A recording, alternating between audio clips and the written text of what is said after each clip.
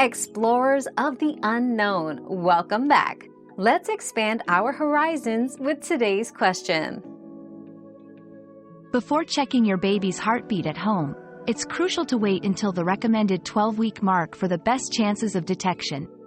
Utilizing a home fetal Doppler device requires a bit of practice. Applying gel on your abdomen and moving the probe slowly until you find the heartbeat is the usual method. Remember, these devices vary in sensitivity. Consulting with a healthcare professional before starting is advised to ensure you're informed about do's and don'ts, reducing unnecessary anxiety.